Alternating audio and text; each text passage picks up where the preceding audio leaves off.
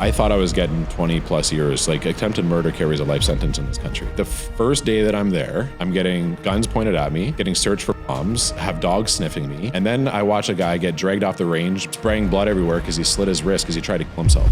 Meet Trevor Luchuk, from 6 years in prison to transforming lives with proven strategies for resilience, strength, and real life-changing advice. I still get choked up about it now because I, as a kid, grew up without a father. I didn't have that leadership. I didn't have that guidance. So being incarcerated and not being able to support my child, that was the biggest motivator for me. So I was like, you know what? I just need to suck it the fuck up, and I need to become the best version of myself and be the best father that I can be for my child. I have 55 charges, all related to organized crime. I beat every single charge. I only got convicted of one charge because What's up, everybody? Welcome back to another Price to Sell podcast. I'm your host, Matthew Campoli, and I have a really amazing story for you guys today. From solitary confinement to $1 million business, my guest did an 8-year sentence in prison and 6 months in solitary confinement. But during that time, he dove deep into self-development, and now he dedicates his life to coaching people, helping them develop resilient minds and bodies to achieve at the highest level in their lives. You guys are in for an amazing story today, a story that I still need to unpack myself. Help me in welcoming Trevor Luchuk to the show today. Thank you for coming, man. Thanks for having me, man. I appreciate it. Yeah, of course. I just saw simply a couple of clips online that just instantly grabbed my attention. Mm-hmm. You know, Yeah. I think it's from what I know and what I'm about to learn, what everyone's going to learn. It's quite remarkable how what you've been through and what you're doing for people now. So I'd love to dive into. Let's start off with the business that you're currently doing. Mm-hmm. Yeah, for sure. What is it that you're doing? I have a couple different businesses, but obviously my main focus and what I find my purpose is in life is personal development coaching. So I do that, through various ways, but I believe that in order for you to be successful in all areas of life, you have to start with yourself first. Like, in order for you to serve others at the highest level, you need to be able to have the same expectations of yourself first and foremost. Big time. We all have things that hold us back, limiting beliefs, and we like to question ourselves and have a lack of confidence for the most part, right? So I like helping people be able to work through that and just be able to become the best version of themselves, just through accountability, really, and just working through the shit that they haven't been able to with some strong support, because it's what I lacked. I'd say throughout the 10 years of the struggle that I went through. So I just wanted to be able to become that person for somebody else. Yeah, I love it. And I think it's, there's parallels, people who are great in the world, like gurus, monks, people like this only find their enlightenment, we'll call it, by stepping away from society for a long period of time and really diving into themselves. Yeah. Majority of people, almost all people, don't have that because we're so locked into the rat race and the 9 to 5 or the business, or we don't have time to create space and actually be with ourselves. Mm-hmm. So involuntarily, you were given access to that with yourself. Yeah. I'm sure that's fast tracked a ton of wisdom, knowledge, ideas, creativity within yourself that you're now sharing with people. Yeah. So I think that's really cool just to know.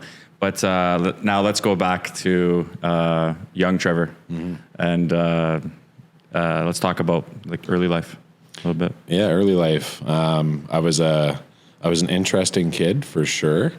I actually had a recent trip. It was I was last weekend with my family in Montreal, and we were just reminiscing. It was my son was there, and he's 17 now, so he's old enough to be able to listen to the stories and hear my uncles and my dad and stuff talk about me as a kid. And I was always independent. I always had a mind of my own. You couldn't tell me not to do something. I would always go ahead and do it. And that was maybe the great thing about my dad was that even though he was only in my life for a short period of time at that age, he allowed me to be able to learn from my mistakes. And that was one thing that I'm definitely grateful for. But, when he was gone, we'll say I was 5-6 years old when my parents split. So I ended up just living with my mom, and we were pretty poor after that. We lived low-income housing. For anybody who remembers what the YWCA is, the Young Women's Christian Association, I lived there for quite some time. on and off the streets. Pretty much, I never went to school either. So we moved around so much that I never was able to become stable. So I'd say... What's your education then? Like, what did you experience in school or for school? Oh, for school, like during that time, I only went to junior and senior kindergarten. Oh, wow, okay. Yeah. And then I didn't go to school again until grade 6. Okay. So I missed all of the early years of education. I was just running the streets, being a little hoodlum. Yeah. No school, no nothing. So I ended up, obviously, later on in life, I got my diploma and a college degree when I was incarcerated. So I do have my diploma now, but even high school, I only did like 2 grades in high school as well. So I pretty much just got to do what I wanted to do as a child. Unfortunately, there was obviously like abuse in the house, which probably led me to being out more often than wanting to be home. But that was pretty much my life. I just ran around and ran on the streets and was able to be a kid and never went to school. And what was like the friend group like, I guess, because you weren't really accessing that school group. So how did that look? That was obviously older kids for sure. And those kids are obviously getting in trouble. And I grew up in Oshawa. So, back and forth between Oshawa and Montreal. Oshawa, it still is a shithole today. There's a lot of drugs there. There's a lot of crime there, especially during those times. Yeah, like the some crazy houses. Bikers were pretty prominent there during those years. So there was a lot of wars and shit going on. True. So yeah, I just hung out with a lot of older kids and I really got into trouble. We just do dumb shit. Spray paint, light fires, like I guess the shit that most kids during that time would do. Yeah. I don't know if that was normal behavior or not, but that's pretty much what we did. I just went around, hung out with older kids. So I never really socialized ever with anybody my age. I was always with older people. Okay, makes sense. Yeah. So I never really, I wasn't socialized properly with people because as I started getting older, like I had that core group of people that I was cool with, but I ended up being like a real introvert. Like I couldn't talk to people. I was too scared to talk to people. I was really shy. Did your dad's did he stay in your life or did you reconnect or? No. So my mom was like, she was a little fucked up on drugs. Her new boyfriend at the time was also a drug user. And he was a drug dealer. So there was that dynamic in the household. So when my mom, the last time that I remember them being together, we were actually living in Montreal, and I remember my dad going to work. She packed up all of our shit, and then she moved us back to Ontario and never told him. And that was so she just up and left, and he came home with you, with me. Any siblings? I didn't have any siblings at the time. It was just me. Oh wow. So yeah, she just took me and left, and then he came home and was like, "What the hell?" Wow. Right, and then that was the last time that I saw him again until I would say I was like 11 years old. Okay. And then I didn't see him again until I got married in 2018. Oh, wow. Yeah. So you stay in touch with him now or? Oh yeah. Yeah. Like I said, I saw him last week. Oh, it's amazing. Yeah. Okay. Yeah. Awesome. So I saw him last week. Yeah. And then how about your mom? My mom passed away actually. Okay. She passed away when I was 11. Oh, okay. So when you're younger. Yeah. From meningitis.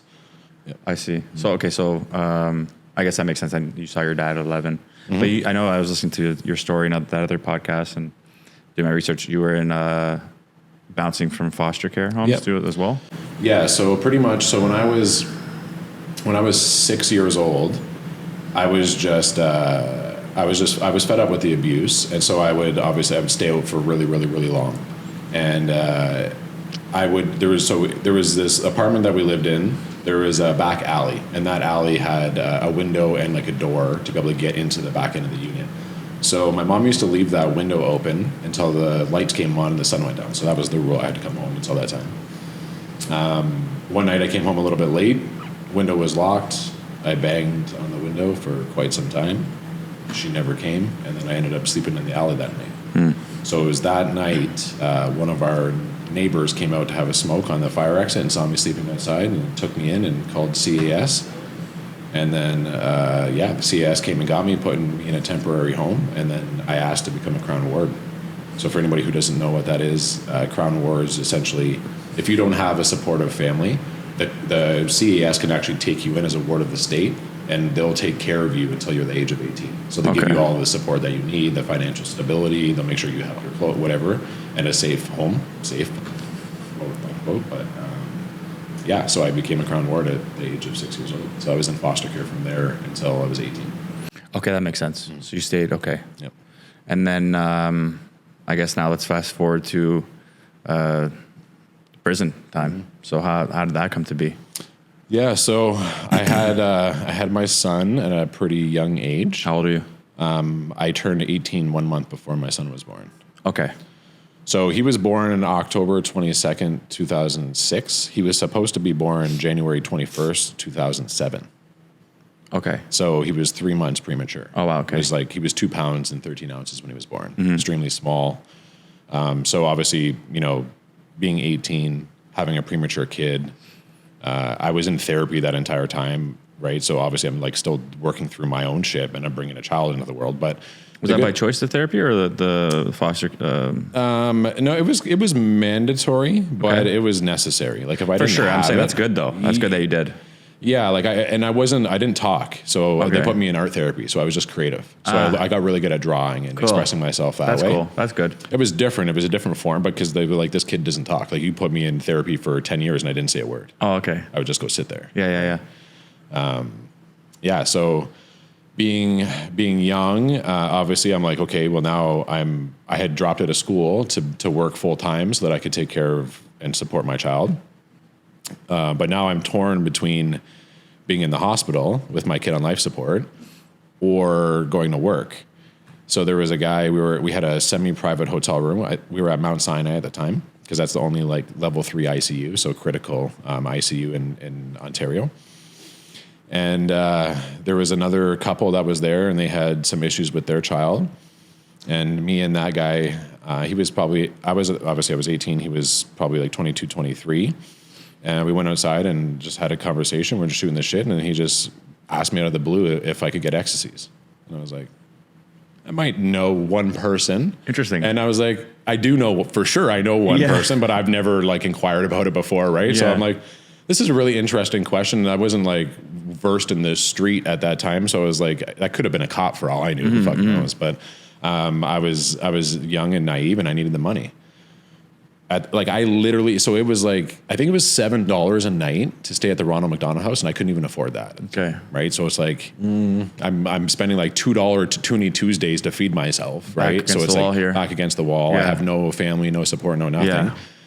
So I went back to town and I talked to somebody, and that person ended up having what this guy needed. And I ended up making $1,000 on my first drug deal. So I was like, well, that's enough money to feed me and take care of myself for the month. So I quit my jobs and I just kept on dealing with that guy. And then it just evolved from there. Interesting. Yeah. So you started moving some stuff around and got deeper into that game? Yeah, I got pretty deep into the game. I was dealing with some pretty serious people. I would say I grew really quick in that world. I was mentored, I guess, by you could say the right people, even though they're the wrong people. But in that business, those were the people to be around. So I ended up making some good money, and that was all I knew at that point in time. Okay, and then that's essentially hanging out with those people and growing that business is where I got into a situation with somebody, and that's ended up leading me to go to prison. So I can, go into the story in detail if you like. Yeah. So if you're comfortable. Yeah, for sure. So there was two major groups that were operating in like the Waterloo region, Brant County area. And we had like an unspoken agreement that they would deal with one territory and we would deal with another. Now we were both working for the same organization, but we were led by different people, right? Mm-hmm. So we would never, combat each other or start beefs with each other for no reason. Yeah. So this individual, his name is Mike Rogers. He's a known killer. He's a very violent individual. He was a very high level drug dealer and drug user at the time.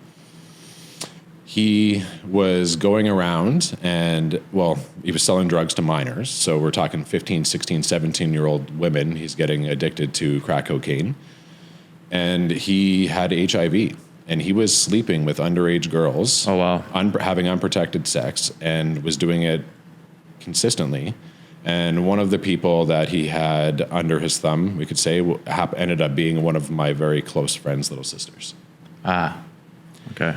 So we reached out to that group to let them know what was going on. And we're like, listen, this needs to end. Mm-hmm. And they pretty much communicated back, like, we aren't condoning this in any way, shape, or form. So we'll arrange a sit down to have a conversation. For sure. And I guess because you could say that I was the enforcer of the group at that point in time. I was the one that obviously that was going to go have a sit down with this individual, and he was that version for them. So I ended up showing up to the apartment to have a chat, and he was, I know now, I didn't know what he was on at the time, but he was high on crystal meth. Oh, wow. So we got a violent guy. He was 43 at the time, and I'm 18. Okay. So we got a grown man who's been to the penitentiary, he's killed a few people, has been in some tussles, he's a pretty serious dude, and I'm an 18-year-old kid going to sit down to have a conversation about him doing some pretty nasty shit. For sure. So in the middle of that conversation, I started noticing that he was becoming more and more erratic, and kind of how we're sitting here, he was on this couch, I was on that couch, and there was a little table beside us.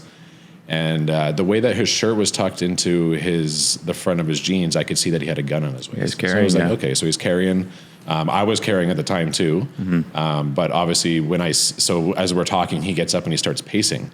And as he's pacing, I see him kind of go, like he wants to go for his gun, and then he eventually goes for it as the conversation is getting more heated. So I have a choice to, what, am I going to sit there and try and de-escalate the situation? Like, this guy is a known killer. I know what his intention is going to be if he has that gun and he takes it out. He's 43 years old and he's high on drugs. So it's like, I don't have many choices and a lot of time to really even think about what's happening. No, zero. Right? So like the way that I was sitting, I would have had to run across a straight shot to the exit to the apartment. So that means that if I would have turned my back on him, he would have been able to point and just shoot me in the back. So in my mind, at that time, the only option was to jump across the table and fight him for the gun. So I jumped across the table and we started wrestling and falling over shit. And the gun was just discharged 3 times during that altercation. He was hit 3 times. I wasn't. And I left the scene.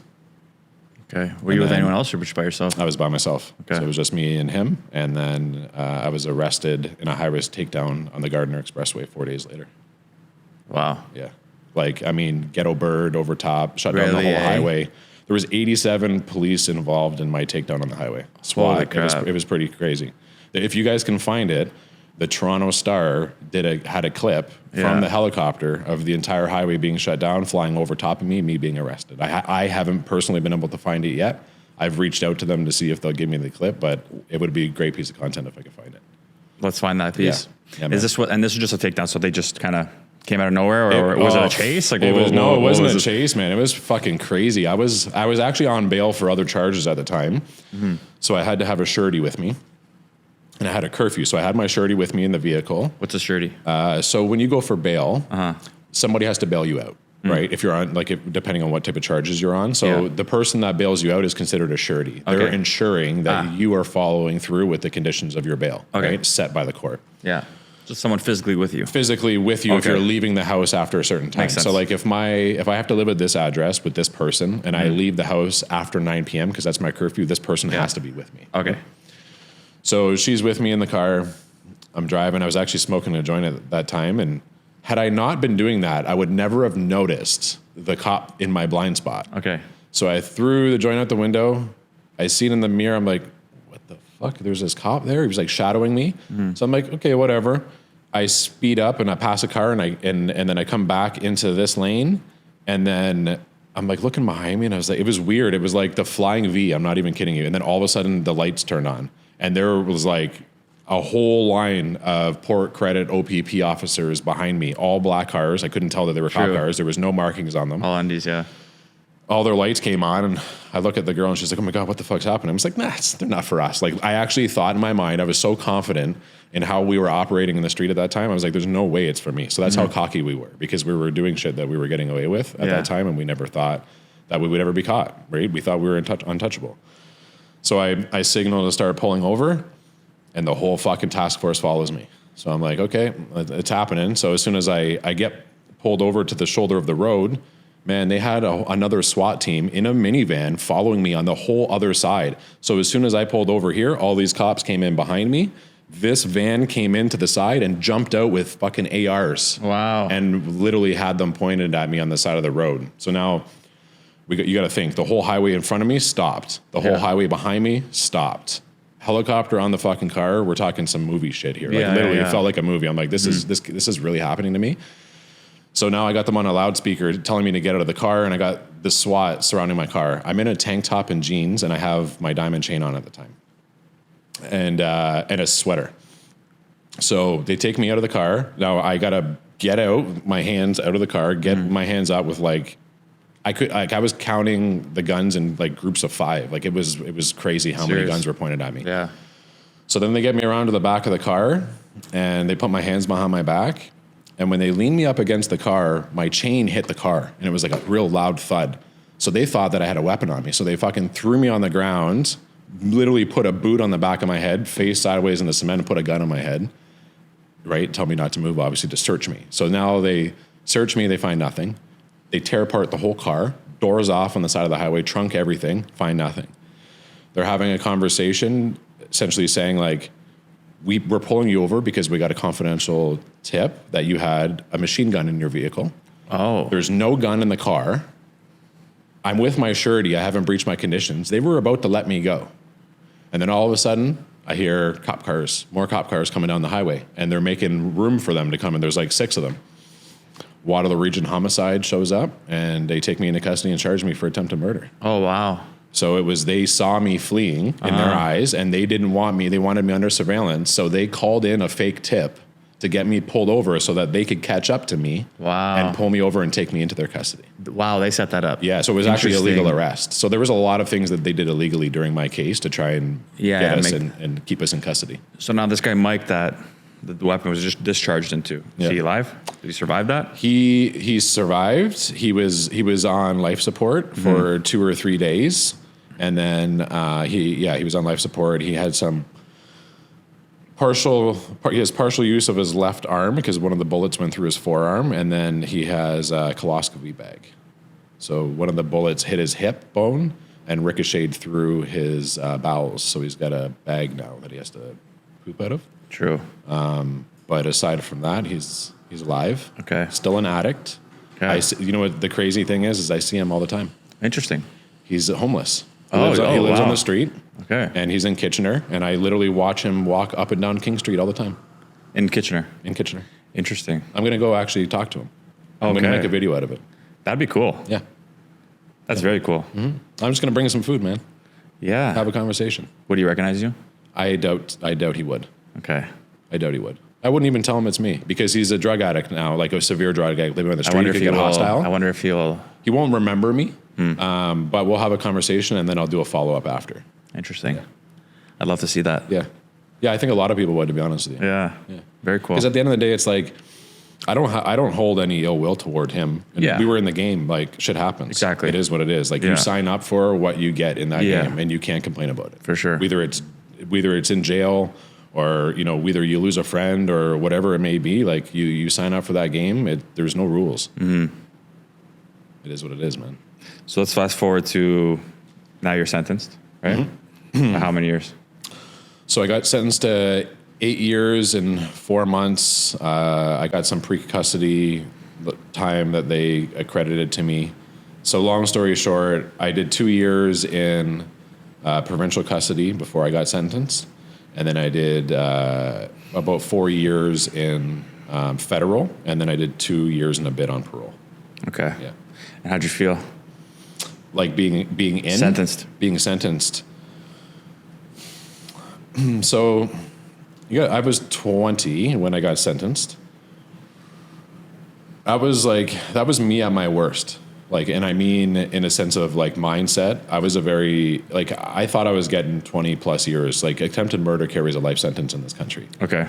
So I thought I was getting life. I thought the possibilities of me getting life were very high because we don't have self-defense laws in Canada. It's a very fine line. Like in Florida, if somebody pulls a gun on you or attempts to, you can kill them in broad daylight and walk out from the police station that day. Yeah. So like the states, and there's a big difference For here, sure. right? Yeah. So honestly, it just was what it was. I didn't feel any different catching the sentence. Actually, let's rewind. They wanted 20 years for the attempted murder and 10 years for the organized crime. I ended up, because there were so many loopholes in their case and there were so many illegal things that they'd done, they actually dropped. I had 55 charges, all related to organized crime. I beat every single charge. Okay. I only got convicted of one charge. Because the way that they attained our text messages and our phone records without a warrant, everything that they had in the case in terms of evidence was actually like unprecedented in how they did it. So there was a very big chance of them losing the case. True. and one of their key witnesses dropped out. So they came and offered us a deal, and they said, we'll drop all of your charges if you plead guilty to this one. And at the time, we had 20 co-accused. So we were going to get a trial in 2014, and they came and offered me a deal that said, we'll remove the life sentence, and you'll get out in 3 years and 4 months from this day moving forward. So when you're in there and you have a choice to go to trial and know that you defended yourself and have a chance of beating it, but if you get found guilty, you're getting life in prison, or you're going to be out in 3 years. I'm going to take the 3 years, man. Yeah. So I was happy. I was like, it's fucking great. I know when I'm getting out now. That's good. Right. Yeah. So it's like, I just have to prepare myself for the next chapter. But going from provincial to federal is a whole different fucking ball game. You're going from, preschool to university real quick. In regards to prison, right? Like in regards to prison, because everybody's a grown ass man there. Yeah, I'm like one of the youngest ever to do federal time. True. Okay. So let's hop into that then. Let's go right into the federal. Yeah. How was that experience? Well, I'll tell you, the first day that I was there, it's different than provincial, obviously. Like when you pull into the institution, they like block you into this pen. They search the car with dogs. They check for bombs under it. There's gun towers, so they don't have any of that in provincial. So automatically, the intensity and like you're like, holy fuck, this is serious. You get into admitting and discharging, and this is the thing that blows everybody's mind when this first happens. So it's jail politics, but there's protective custody and there's general population. When those people see each other in there, they run at each other. Like the GP guys are running at the PCs because the protective custody guys usually did some fucked up shit in general population, or they're sex offenders. They don't get along with the general population. Okay. So you're like ingrained your entire sentence to hate these people. Okay. You get on the bus to go to federal. The front of the bus has a cage, and then the protective custody is up there, and the GPs are in the back. When you get to federal custody, they open all the doors, and you walk off together, and you integrate as one population. So you now have been trained to run at these people, and then now you have to live with the same people. So it's like it's a mind fuck. Everything that you're conditioned as a prisoner and what the other prisoners tell you is a fucking complete lie. Okay. Because the mindset shift has to change when you go to federal, because now there is no PC. It's integrated. Open. It's all open. In Ontario, it's all open. Okay. In minimum and in medium security, there is no protective custody. Okay. Right. So it was, so that was weird. Right. Yeah. So it was just that shift. It was like, okay, so I'm not supposed to, cause it's like, if you don't do something, then people will jump you kind of, it's like jail politics. Yeah. Jail politics is fucking weird. Right. Yeah. It's really stupid. Honestly, it's the stupidest shit I've ever went through in my life when you look back and you think about it. Because it's a bunch of grown men that are trying to play politics. And it's like, you guys don't even have a fucking high school diploma and you're trying to be politics. It's crazy shit, right? It's people trying to control things. That's all it is, right? That's all that world is. So then we get into admitting and discharging. We're there for a little bit. We get into this holding room. I remember sitting there for hours being like, this, like, when the fuck are they going to let us out of this room? Like, I just want to get to my cell. Like, literally, I just wanted to get into my safe place and just relax, right? Like 2 hours in, all of a sudden I hear like these fucking alarms going off, and I see all these guards running, and I'm like, what the fuck is happening? It's the first time I've seen it, right? And it was like a code blue, like a medical code. And one of the guys on the range tried to kill himself. Okay. So I'm like, the first day that I'm there, I'm getting guns pointed at me, getting searched for bombs, have dogs sniffing me. And then I watch a guy get dragged off the range, spraying blood everywhere because he slit his wrist because he tried to kill himself. Holy shit. My first day that I'm there. Wow. And the guards are carrying this guy, laughing, looking at us, laughing, saying, welcome to hell. So that was my first day. Yeah. Okay. So they really fucking set the tone for you. Yeah. Seriously. Yeah. So, and then I remember getting to the cell, and the door opens, and I'm like, and I look back, and I'm like, there's two of us in this cell. Like, I couldn't even walk in square. Like the door itself, I had to turn sideways to get through. That's how small it was. I couldn't walk sideways in that cell, or straight square in that cell. I had to walk sideways. That's how small it was. And we had to live in there with another man for 6 months. No air conditioning, no fan. Is this solitary? No, this is just in regular. Oh wow! Because you're in classification now. Okay. So when you get sentenced, the provincial doesn't determine where you're going when you get to your federal institution. You go to assessment, and then they classify you, and then you go to what's called your mother institution. So wherever they classify you to, whether it be Joyceville, Collins Bay, Millhaven, that's where they send you after the fact. So you go in there, they analyze your provincial time to see how much trouble you got in, how many write-ups you had, severity of your crimes, and what your criminal record looks like. And based off of that, that's how they assess where you're going to go to your next institution. Okay, I see. Yep. Interesting. Okay, so now you're in there. I'm in Millhaven at the time.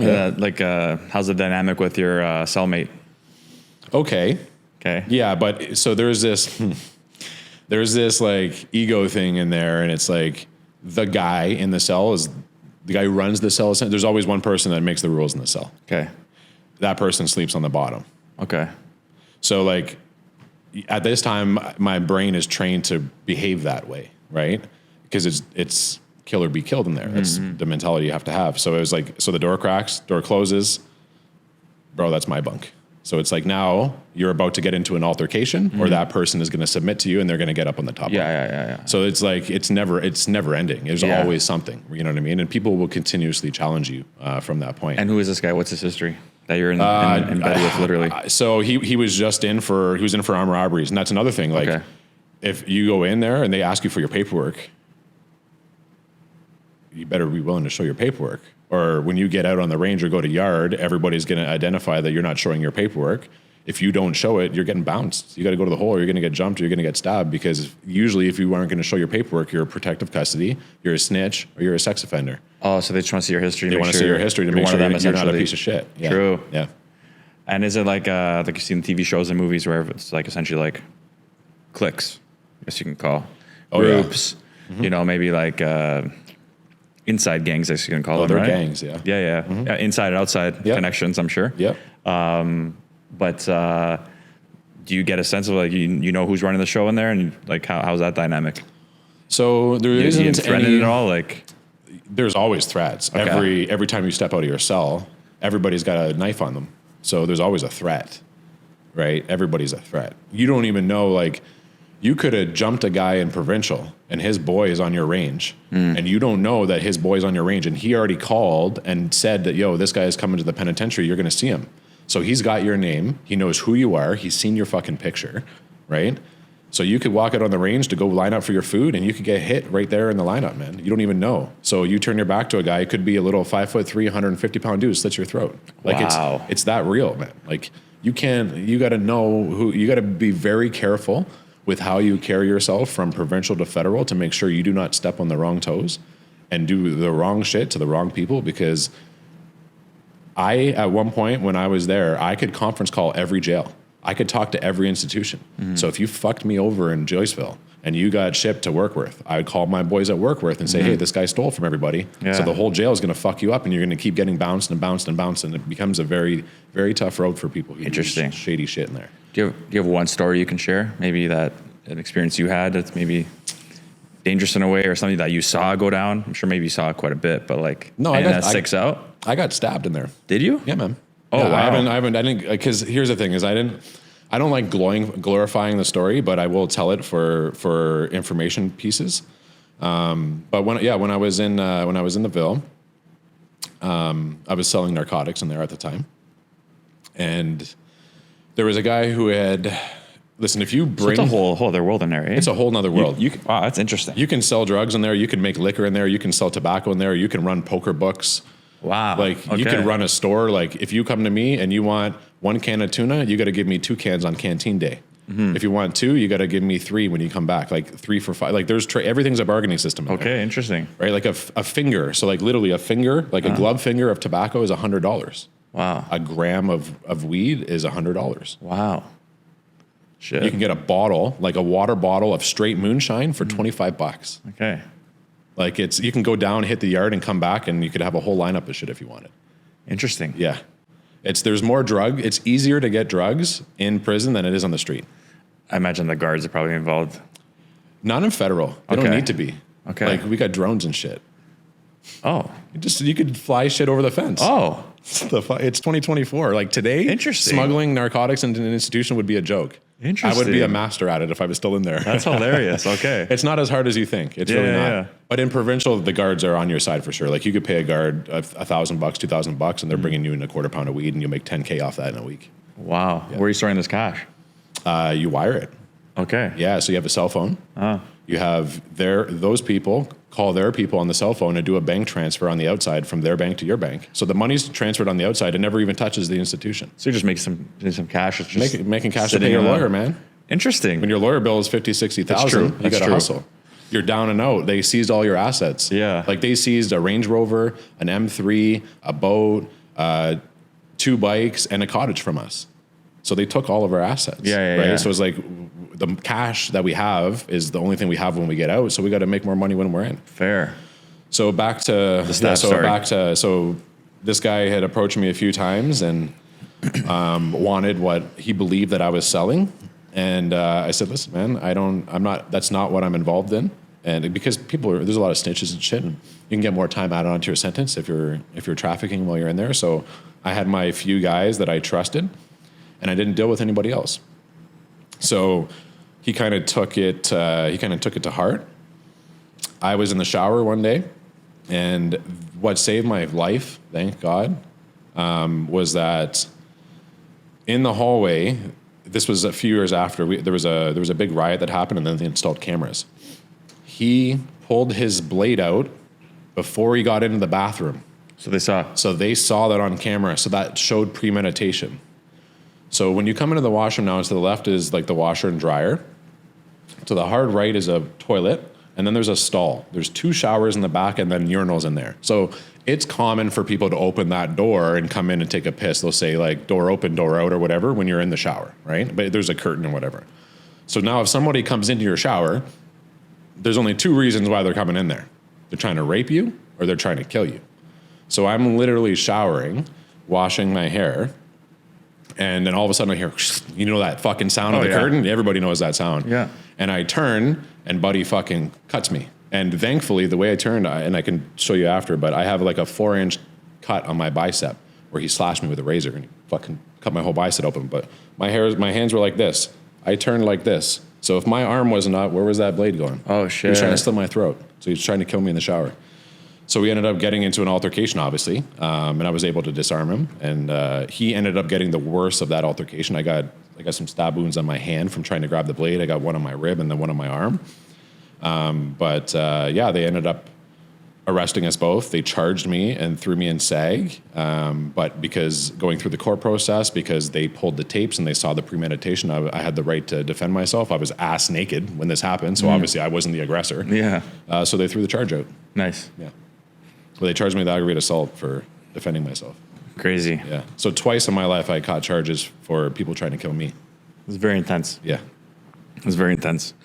I'd love to jump into some. I have so many more questions about stories and stuff. We can sit here all day. Yeah. But I'd love to jump into some just like some of the lessons, like some of the mindset stuff. Now, like transitioning into like who you are, what you preach. Mm-hmm. So, like, what are some of the most important lessons you learned during all these years? You think in there? Number one is work on yourself. That's the biggest thing. Is if you're in there. And, you got time, educate yourself. That's like teaching yourself. I had so much time. Like people always ask me, how was segregation? How bad was it? Was that solitary? Solitary, yeah. 6 months, right? 6 months. Yeah. So talk about that. That 6 months was the most prolific time of my life.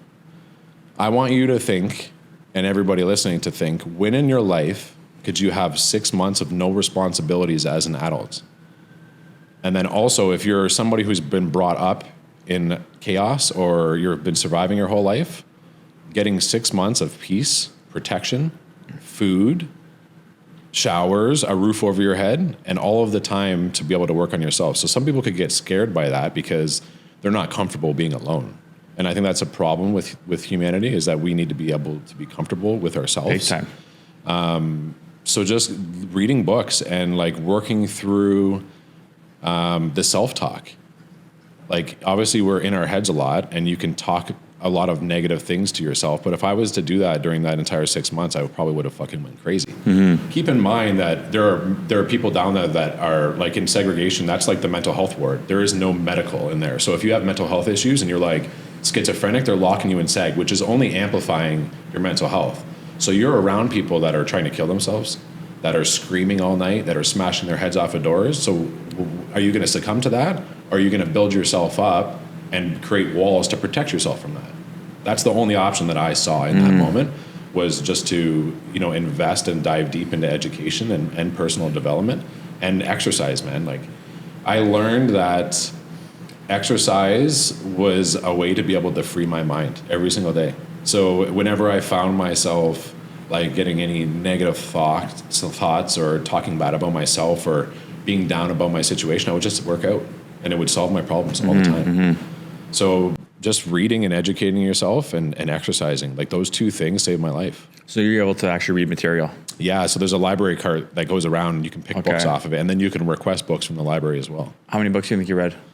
Thousands. Really? Yeah, there would be times where on the cart I would be reading the same books again in that week because I read through so many books, and there's about 20 books on the cart. Wow. Are you able to like make notes and stuff as you're Oh yeah. Okay. So like that's the thing is like you can still get like lined paper and books and like canteen and shit like that eventually when you're down there, depending on how long you're down there what's for. canteen? Canteen. So you ever go to camp as a kid? Like a canteen, like with water? No. Like a school camp or anything where you can like go to a canteen and buy like water and like chocolate and chips and food and shit. No, I never. No, never went to okay. camp. So or like a canteen at a baseball park. That's like, Okay. right where they have that. So you can Okay, go I down see. to the canteen and you can order like there's hundreds of items on there. Oh, I see. Right, so you can order chicken breasts. Like you can't while you're Okay. in SAG because you can't cook it, but you can order whey protein powder. You can order cans of tuna, chips, hygiene stuff. So there's a canteen that you can order see. X amount of dollars off of every week. I see. So what was your favorite book then, if you read thousands? 48 Laws of Power. Really, eh? Yeah. Okay, that's one Yeah. that's been resonating around me recently. Yeah, I reread it again actually like about a month ago. Okay. But like that book, I applied that book to life, and that's what made me so militant with my discipline and with my lifestyle now. Just took a lot of things from that. Is there anything else?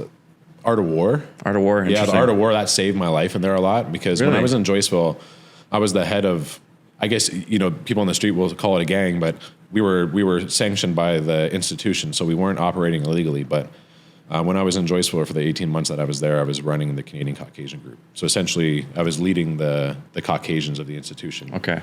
But doing like family socials, so we get like they do family socials where your family can come in and you can spend the day with you in there openly, and we were like we have membership fees so that we can like throw and generate additional money and bring like new canteen items in, clothing drives and stuff for people. So there are ways for us to be able to support each other while we're in there and Yeah. find ways to like make money and be able to buy things to entertain ourselves and shit like that, right? So Interesting. yeah, like and just applying the Art of War to the institution and the environment itself. Yeah. You got to think on a different level when you're around those people. It's a school of hard knocks. Like it's the university of drug dealers and criminals. Yes. Interesting. Yeah. Is there any inmates maybe on the other end of the spectrum here that positively influenced you, maybe inspired you, maybe taught you some really valuable life lessons? No. No. Unfortunately, I was the person doing that. Okay. Yeah, they're my honest opinion of the vast majority of convicts is that they don't want to change. They're comfortable living the life that they're living. But on the flip side of that, I also believe that it's because they haven't been shown the path and they don't have the skill sets and they aren't sure of their own abilities and what they're able to accomplish in life. Most of the people that are in there come from abusive homes with violent fathers or fatherless homes with parents that were abusive and had substance issues. And I think there's definitely a lack of insight into that when people are being sentenced and understanding what actually caused them to commit these crimes. But most of the people in there are damaged and most of the people are broken. And they've been committing crimes or been criminals for majority of their life. There's not a lot of people in there like that are first-time offenders. Yeah. And that are in for like DUIs and shit. You Yeah, know, they're in yeah. for armed robberies, selling drugs, and for killing people. Yeah. So you essentially reconditioned yourself in there. Yeah. What do you think your biggest takeaway, especially in solitary, again, like that 6 months alone, fighting the thoughts, like, today we meditate to try and remove ourselves and separate ourselves from this monkey mind and things like that. Yeah. Did you have any sort of awakenings, aha moments, any sort of like things come through because you had so much time for yourself? Yeah, so it wasn't. I found Buddhism in Okay. segregation, so obviously meditating was Which is really convenient. for that time. Yeah, it was very, very, very needed at that point in time. I'd never been big on religion per se. It's not that I don't believe in spirituality. I just, I was in environments growing up as a kid where people tried to force it on me a lot. So I always like pushed back against it. So I built some resistance. But I would say, you know, I have to give credit as much as the system's fucked up. They put me in a violence prevention program, and that violence prevention program taught me how to work on self-talk. And then like that skill in itself is what allowed me to continue to work through my own shit. And then I just remember waking up one day and just being like, you know, I need to make changes to like the way that I'm thinking about release, and I need to build up enough skills so that I can actually like be there for my kid and be there for my family. And I still get choked up about it now because it's like, I, as a kid, grew up without a father. I didn't have that leadership. I didn't have that guidance. So being in segregation, being incarcerated and not being able to support my child, that was the biggest motivator for me, right? So I was like, you know what? I just need to suck it the fuck up, and I need to become the best version of myself so that I can lift myself out of this and be the best father that I can be for my child. And I just fucking stuck with that and just use that as my motivation, and that's what got me to where I am today. That's amazing. Well, thank you for sharing. Let's now fast track to the day you're done. Mm-hmm. You're all done. I guess you get your bag back, or fucking scariest day of my life, I'll tell you that. Was it? So you know what? It was so at the time, so I had been kicked out of Ontario because of the riot that we were involved in, and I was in British Columbia, so I was in Kent at the time. This actually helped with. That's where I was released from. This being sent to Kent, and I guess I missed this part actually, was being in Seg and being in Ontario. You don't really see much in federal custody, but when you're in BC, all you see is mountains. Mm-hmm. So I went from like looking at concrete walls for like a couple of years and not touching grass or even smelling grass for that fucking point, to getting to the mountains of Agassiz in British Columbia and just seeing like this beautiful scenery. So that really helped with like a lot of the healing and shit. Mm-hmm. But getting to the point of the day of my release, so the police like to do this thing when you're I guess a seasoned criminal, and they call it gating. So let's just say you had other crimes that you committed in a previous province. They can actually come in and put a warrant out for your arrest and arrest you the day that you're getting released on another crime. It's illegal now for them to do that, but back then I was like, you know, I was doing some shit in the street, and I knew there was things that I hadn't been charged for. And I was actually worried that I was going to get gated again. So I actually didn't believe that I was getting released. Oh, wow. So it's like, I remember it being like 4 a.m. and I remember I'm fucking doing push-ups, and I'm like, okay, let's see what's going to happen. They're either going to let me out or they're not. I remember the guards like walking by, like laughing. They're like, you're excited to get released, eh? And I'm like, fucking right, I'm excited to get released, right? But at the same time, I'm like, I don't know if that's going to be the case. So they come to my door, tell me to walk backwards, and I'm like, wait a minute. So like when you're in Max, when they take you out of your cell, they make you walk backwards and put your hands behind your back through the hatch in the door, and then they handcuff you. And then that way you walk away, they open the door, now you're handcuffed behind your back, so they don't have to worry about you being violent towards them. Mm-hmm. So they handcuff me in that manner. And I had never seen anybody released like that before. And the institution was locked down, so there was a lot of weird shit that was happening. So I'm like, fuck. They handcuff me and they start walking me down to discharge, and they're like, the lieutenant wants to talk to you. I'm like, here it is, yeah. Here it is. They're going to fucking charge me. So they get me down there. I'm sitting. I'm like, okay. They take my handcuffs off me, give me a little fucking pillowcase with all my shit in it. I left everything that I had for all the inmates. I didn't take anything home. I took an address book. That was it, with phone numbers in it, and a couple letters or whatever, but I left my TV, I literally left. I wore institutional clothes out so that all of the people that were doing life could have my clothes and watch it or whatever that I fucking had in there. Yeah. And he was like, he literally goes, Mr. Luchuk, I want to thank you for not causing any problems in this institution. I wish you the best of luck. They put me in the car, And because I'm getting what they call residency, so I didn't get released right to the community. I got released to a correctional services halfway house where I have to live for at least 6 months so they can monitor and reintegrate me into society. So I remember, him putting me in the car, driving me to the ferry, and then just giving me my ticket and saying good luck. So that moment was like, it was super fucking scary because you're thinking now you're not used to being free. You don't know, you don't have a cell phone. You don't have anybody to call. You don't know where you're going. You've never been there before. So I just remember sitting at the front of the ferry on a windowsill with my back to the windowsill, just staring at everybody. Cause I was in fucking shock. Like we're PTSD, right?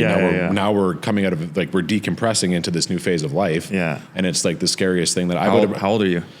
25. Okay. Still young. 25, 26. Yeah. Yeah. So I was like, I was a little bit scared of that. I get to the halfway house.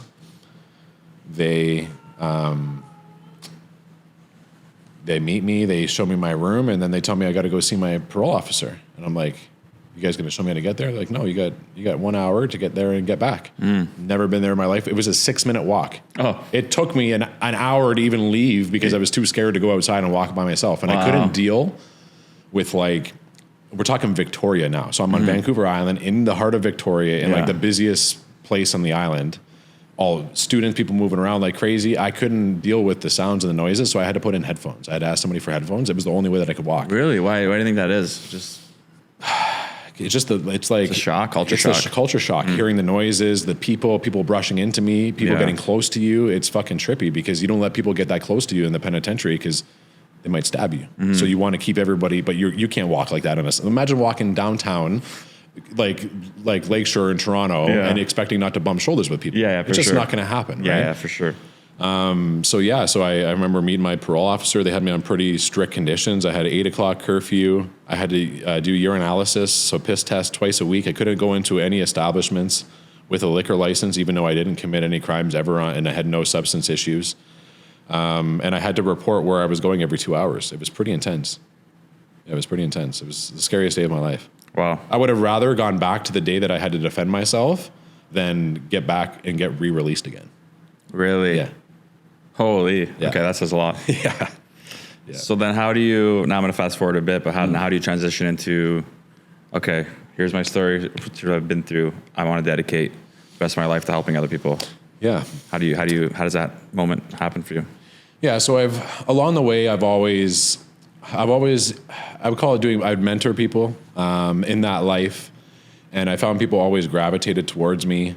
And because I had educated myself so far, and another thing too is even when I was a child, when I remember being in like grade 6 and when they did a test on me for reading, I was reading at a university level at grade 6. So I always had this ability to absorb information and retain information and then being able to recite it back to people. So yeah, I felt like the guidance that I was giving people and what I was trying to preach to people when I was inside was definitely benefiting because I had a large group of people that I saw trying to make changes.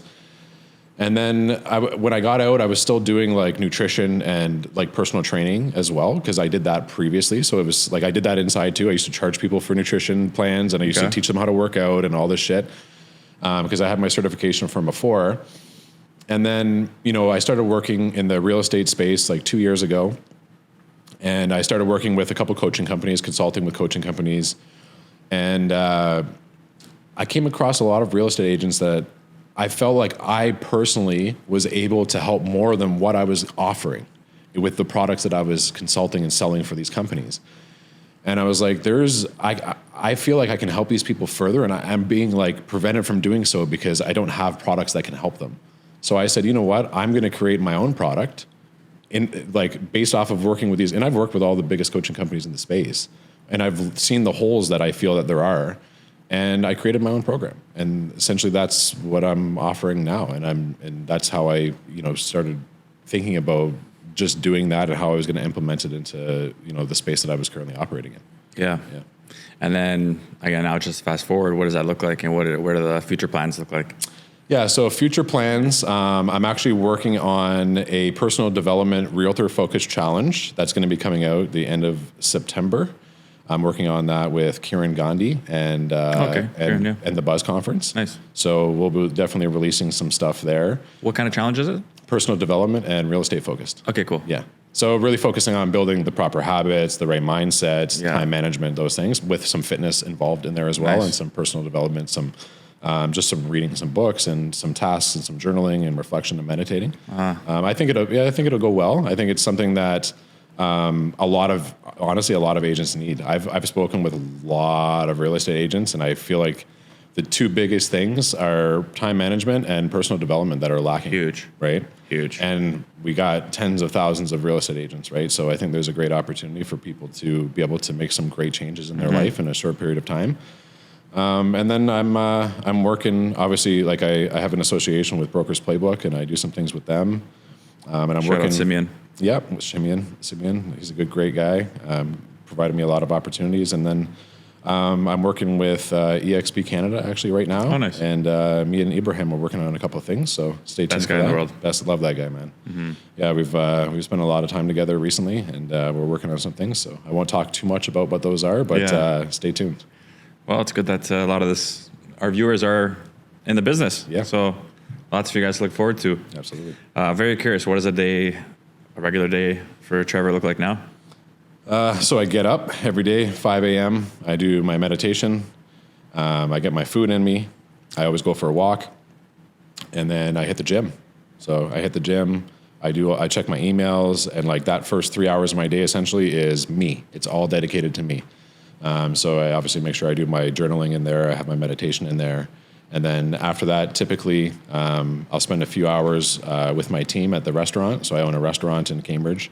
Nice. And then the rest of the day will be, prospecting and speaking with my clients. So I have an app where I manage my clients through there. And then if I have any coaching calls or any consultations to do, that's pretty much what my day is. And then in the evening time, I do another 1 to 2 cardio sessions, and then I spend time with my kid. Beautiful. We're working on the business. That's it. Like my whole day is business. Nice. Yeah.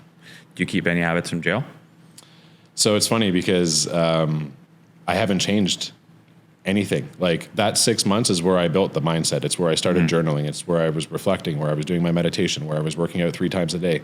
So all of my daily non-negotiables, all of my mindset guides, and anything that I offer anybody is what got me through that 6 months of segregation. So if my plan can get me through being tortured for 6 months, it can get anybody through anything they're going through in life. Seriously. Yeah, big time. That's a fact. That is a fact.